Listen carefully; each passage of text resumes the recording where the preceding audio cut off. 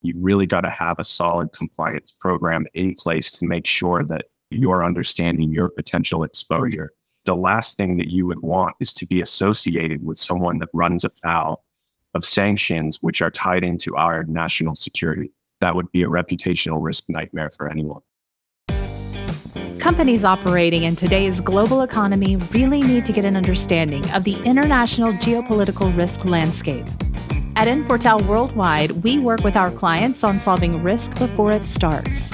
Welcome to the Riskology podcast. This is a 5-part series on geopolitical risk intelligence, where we're looking at managing business risk globally and really understanding the geopolitical risk landscape.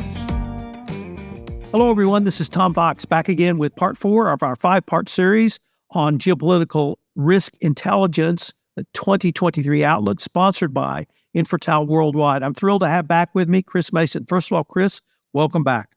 Yeah, great to be here, Tom. Really looking forward to the conversation today.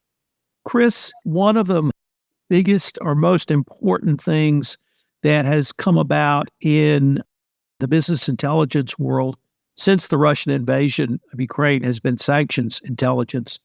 But I don't want to limit it to the Russian invasion because it started long before under the Obama administration. It ramped up during the Trump administration, and of course under the Biden administration after the Russian invasion. But sanctions, trade sanctions, economic sanctions is one of the most dynamic and changing tools our U.S. government has put in place in many years. So I wanted to maybe start off by asking you to tell us about any recent regulations or changes you've seen and the impact for the business community.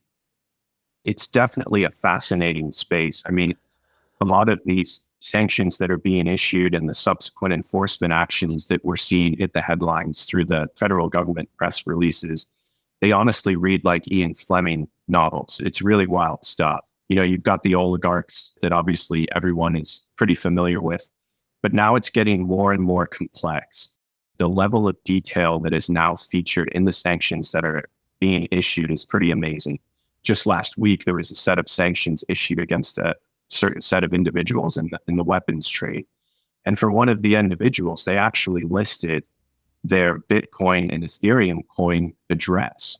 And so the level of detail is staggering. You know, if you're accepting payments through Bitcoin, you now need to be checking to make sure that that address is not sanctioned. It's a really wide and complex web that's being weaved through the sanctions issuing process. For businesses at all levels, and this goes back to how we work with our clients, it's really important to assess your exposure, to really take a holistic view of your business and understand where your sanctions exposure may be.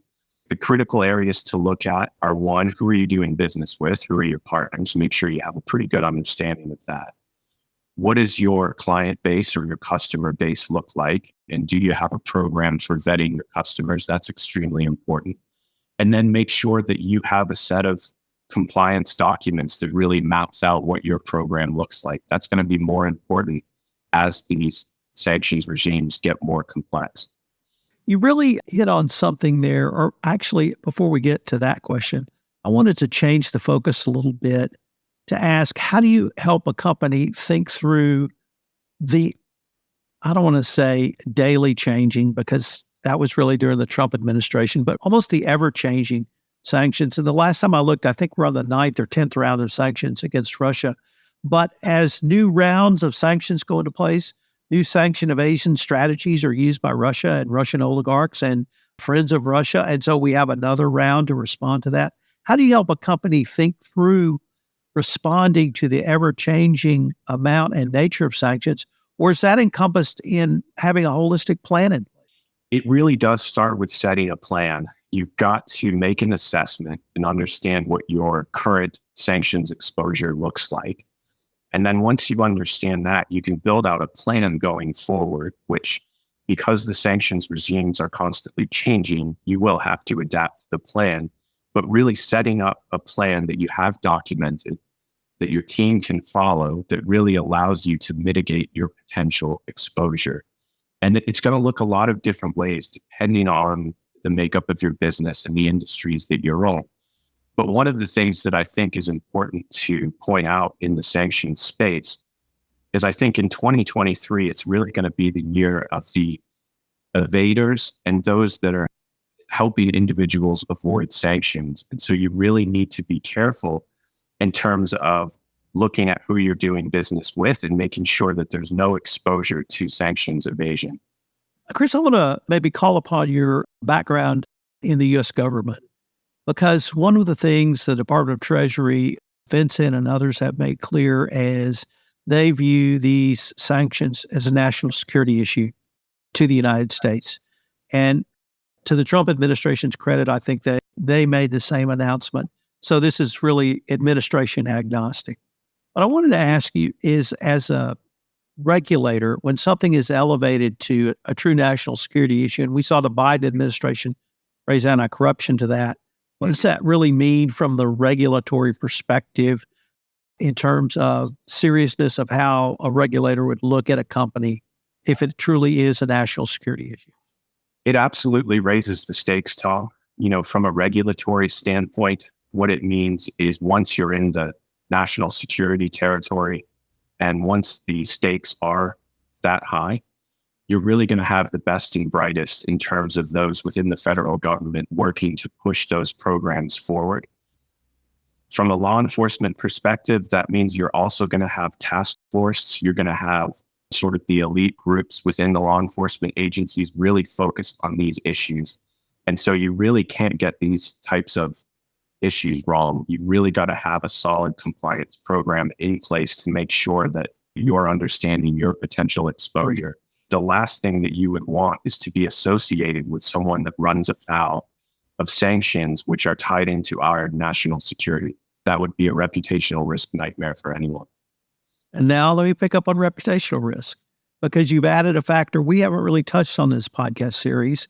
We've really focused on regulatory enforcement, governmental enforcement, those types of issues, but you've raised now reputational issues. And frankly, I think that is as big or bigger, at least to market share or overall cap of a company. And I would point to companies that dilly-dallied around about exiting Russia. I think that they were punished in the marketplace, and they were punished by consumers. They were punished by the financial considerations. They were punished in the stock market in many ways. So could maybe end by talking about just that, how significant reputational damage is to a company. Reputation is so closely tied to company value these days.